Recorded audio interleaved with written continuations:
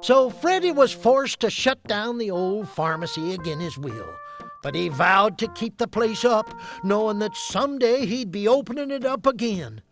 Problem being, the sheriff, an ornery cuss if there ever was one, was doing this all over town. The hotel, the playhouse, the smithy, the tall and thin shop, closing them all down on some flimsy pretext. There was no telling who was going to be next. Who'd put the sheriff up to it? And what was happening with the horses, for crying out loud? It were a mystery, says I.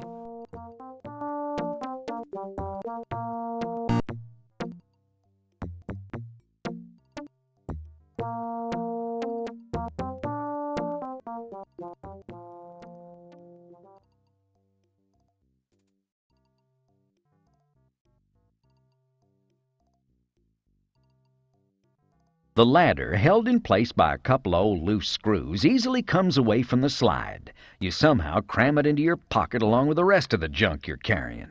Way to go, Freddy. Wrecked the little kids' playground equipment. If only they knew how good and true your heart is. Score! This is the old red schoolhouse, one of the few buildings that still seems solid and safe. It's the old abandoned assay office, once owned by a subsidiary of the old abandoned mine company. Before the mine shut down, this is where you got your nuggets appraised. Now you have to go to Madam's for that.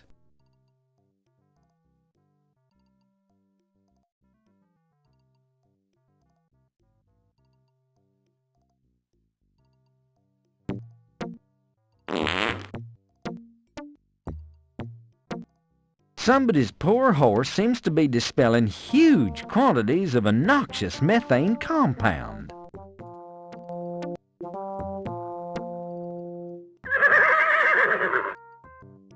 Nice horsey. I'd better be nice to this horsey. It has the power to cloud men's minds. Hey, you're a pretty little paint, aren't you? Yes, you are. What a little cutie. I like you, horsey. I sure do. Can I take you home with me? Can I, huh? Can I take you home? You'd like that, wouldn't you? Yes, you would. Yes, you would. You need to get out more often, Freddy.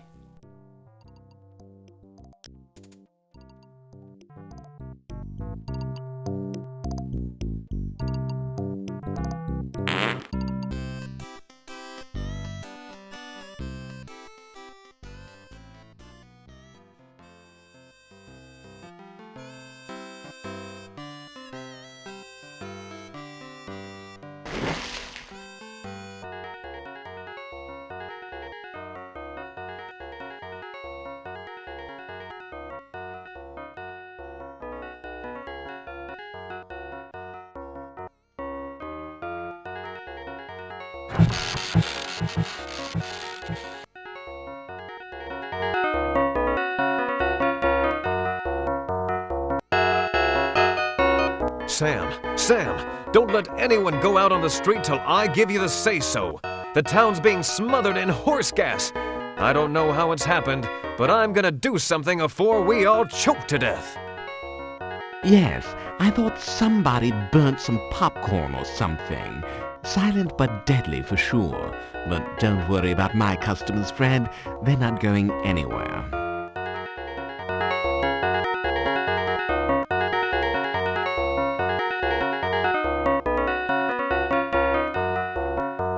Doc, what do you recommend for extreme flatulence? Raw vegetables, beanish, and pizza usually do the trick for me. Bleh.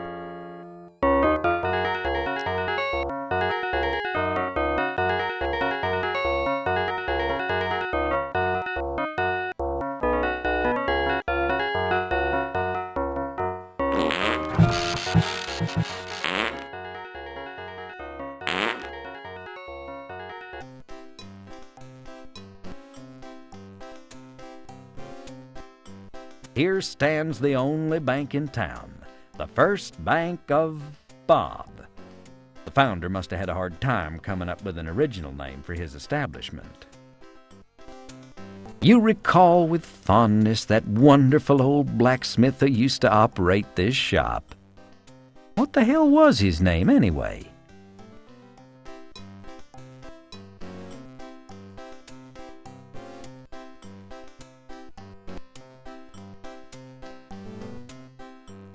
Score! You take the leather strap.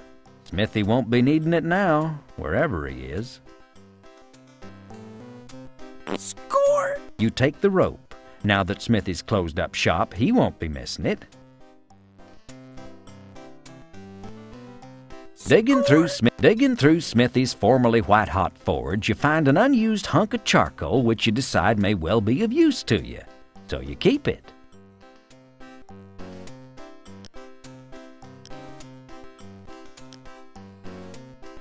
With all the precision of a serial killer, you deftly poke some holes in the tin can with the ice pick. Ha! Having accomplished your immediate desire, and in the process hopelessly dulling the ice pick, you exhibit absolutely no regard for this barren piece of locality laughingly called the environment by brazenly tossing the ice pick away. You're such a consumer. Score!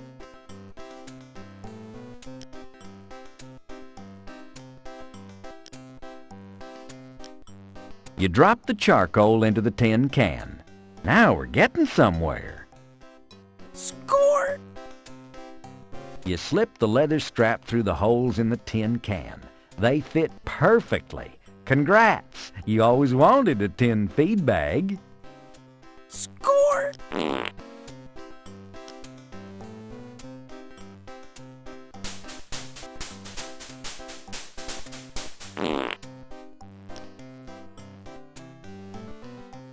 Score! You take a few deep breaths from the gas mask, clearing your head and enabling you to go on a while longer.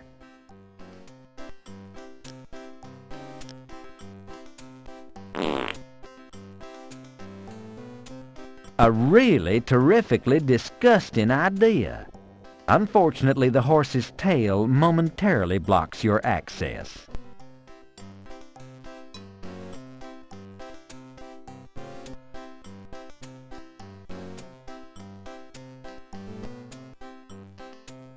Score! In what may well be the most revolting idea you've ever had, you hold the brown paper sack up to the horse's anal sphincter and wait. With a reverberating the horse responds, inflating your bag with a foul sample of gas. You quickly twist the bag shut to lock in freshness.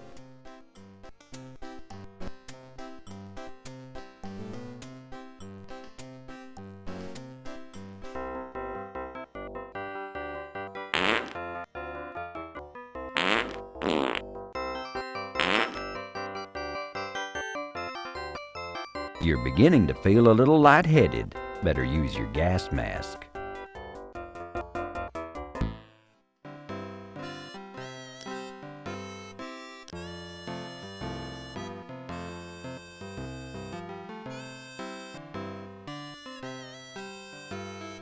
You take a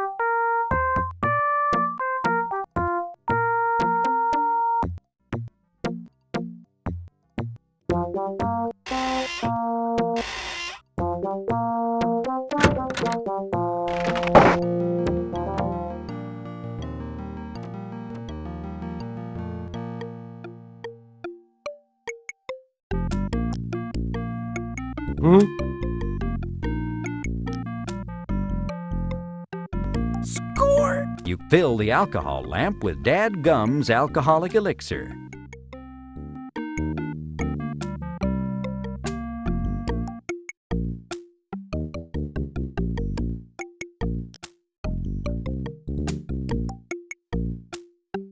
Good idea, Freddy. The spectrum lines on that etched glass viewer reveal volumes to those who know how to read.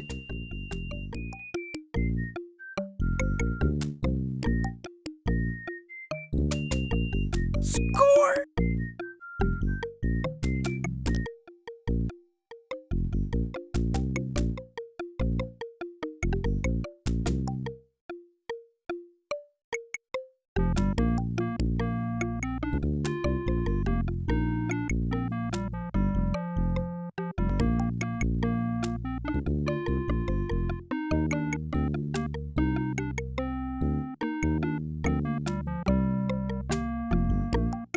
You quickly lick your fingers and pinch out the alcohol lamp's flame.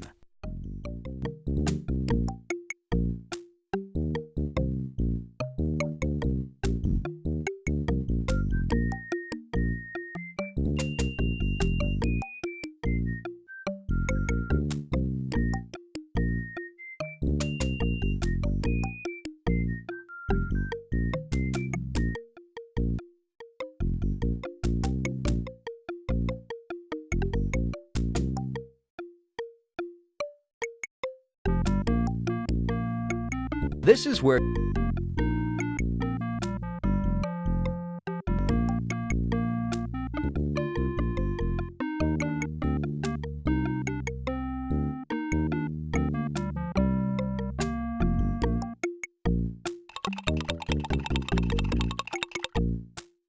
you toss it into the waste receptacle.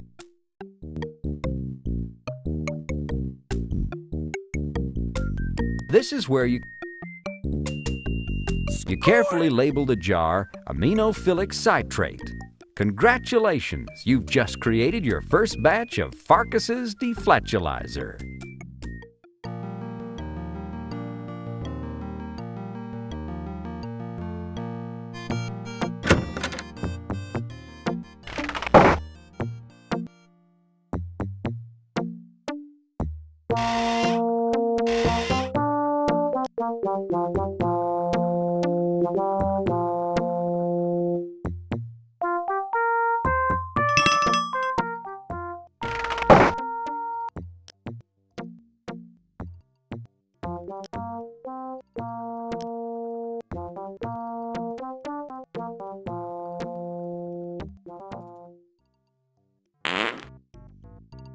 Score! You carefully pour the deflatulizer into the horse's water trough.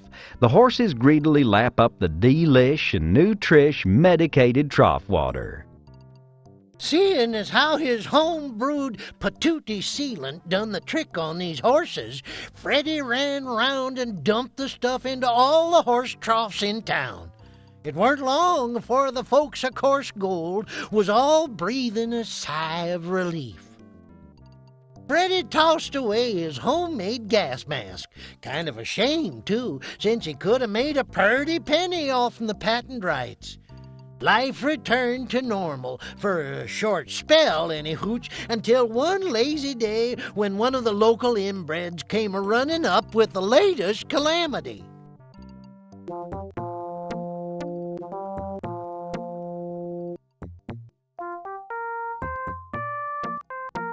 Board up your windows and doors. Lock up the women and children. Run for the border, Louise. There's a stampede a-coming. A stampede! Hurry up, Freddy. You only got a week and a half before they get here. A week and a half? They's snails! Snails? Snails? Good heavens! This is the worst thing to happen to Coarse Gold since the great hail of clams back in '83.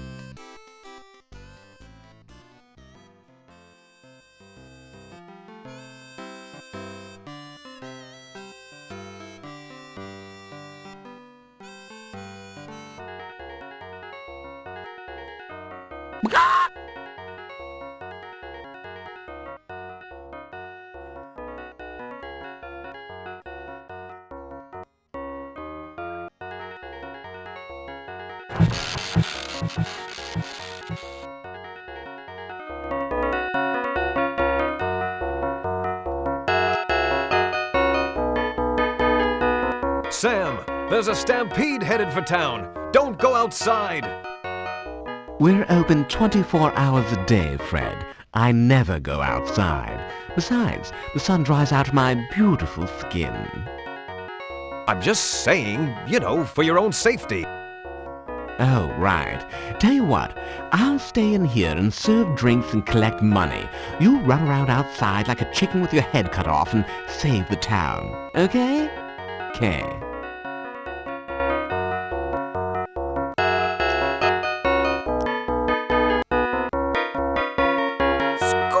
Hey, Sam, give me a case of the beer you just got in from St. Louis.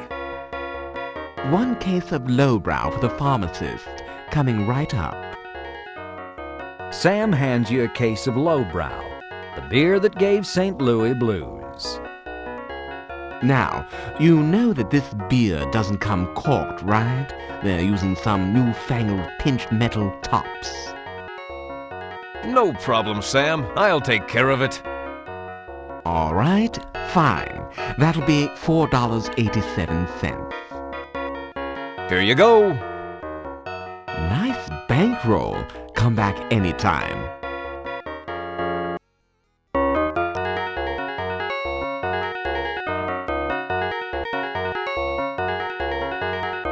Doc, what do you know about snails? They make me sick to my stomach. Yuck. Pardon? They make you what? Sick. That'll be quite enough of that, Doc. We're not plugging any shaving cream companies in this game.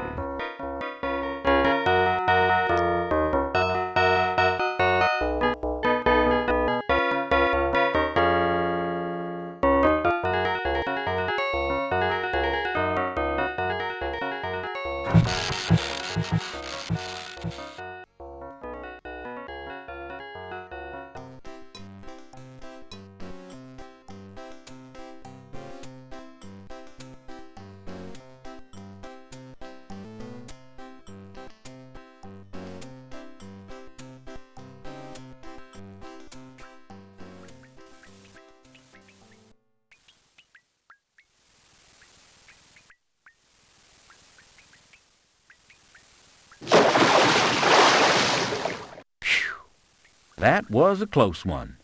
Considering the condition of this old bridge, you may only have about 3 crossings left.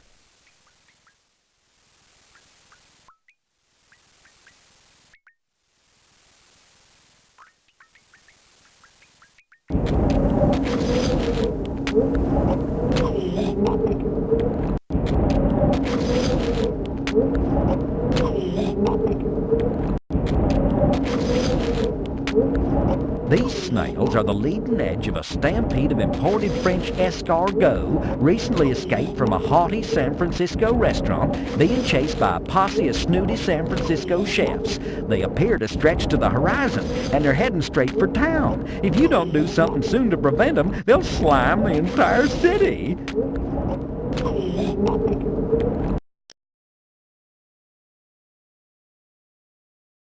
With muscles bulging from years of grappling with child-proof caps, you deftly wield the church key and wrench the tops from all the beer bottles. Score!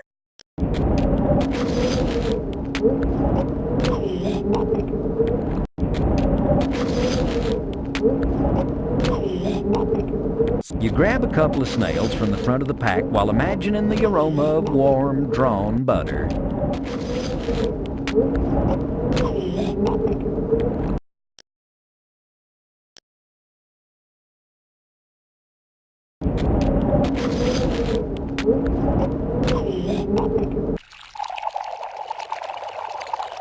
Hey, boys, it's Miller time! And with that, you cleverly pour bottle after bottle of Sam Andreas's St. Louis brew into the dusty road in an attempt to divert the stampede. Will it work? Will the snails fall for your ruse? Will they accept a domestic? Slurping their little hearts out, if snails may be said to slurp, or to have hearts for that matter, the little guys follow your lead straight over to the cliff beside Blackwater Creek. Isn't that cute? They're so gullible. Don't they look just like little lemmings marching over that cliff?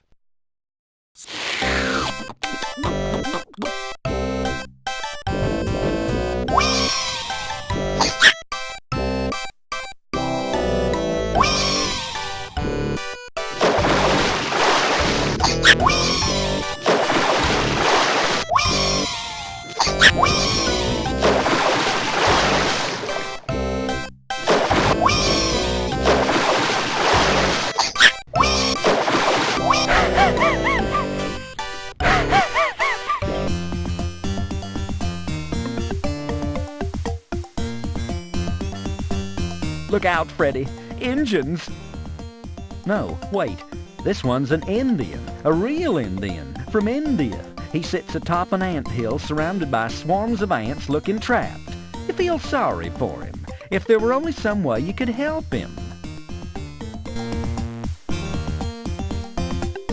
Hello, stranger. I haven't seen you around these parts before.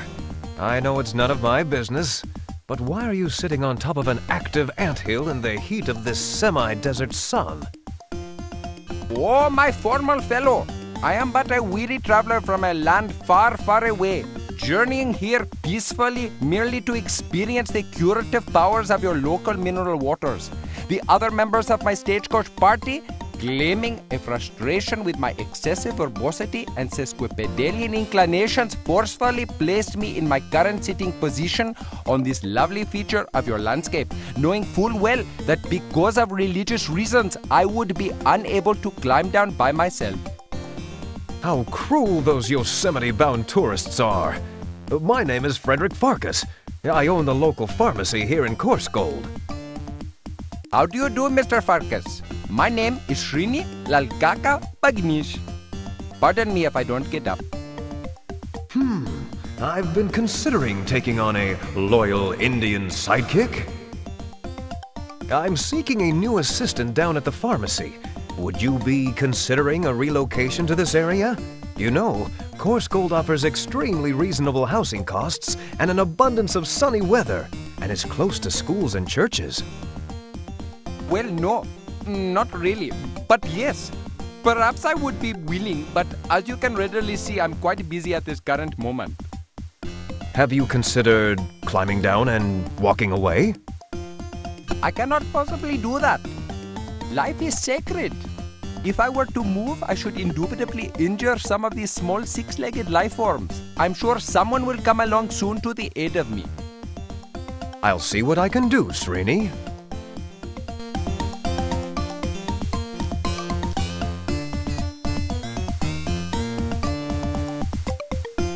I've got it, Srini.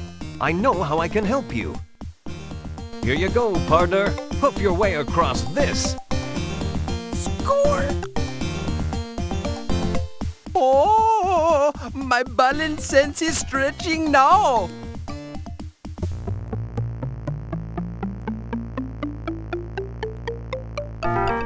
You made it!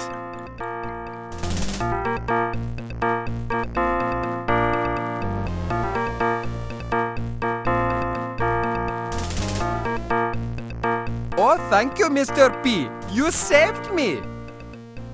Please don't call me that. Thank you again, Mr. F. I am so much grateful. Oh?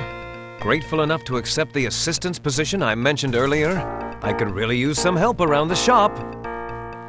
I would be honored. Where do I begin?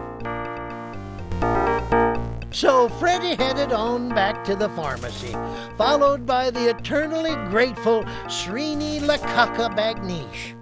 Seems like Freddy not only found himself a new assistant at the pharmacy, but also a good friend as well.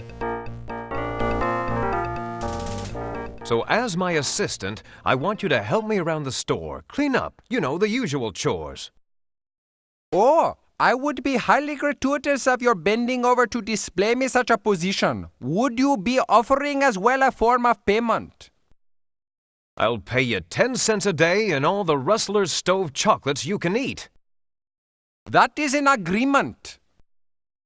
Excellent. What was your name again? Srini Lakaka Bagnish. But you may call me Srini, and I will be calling you Freddy. Okay?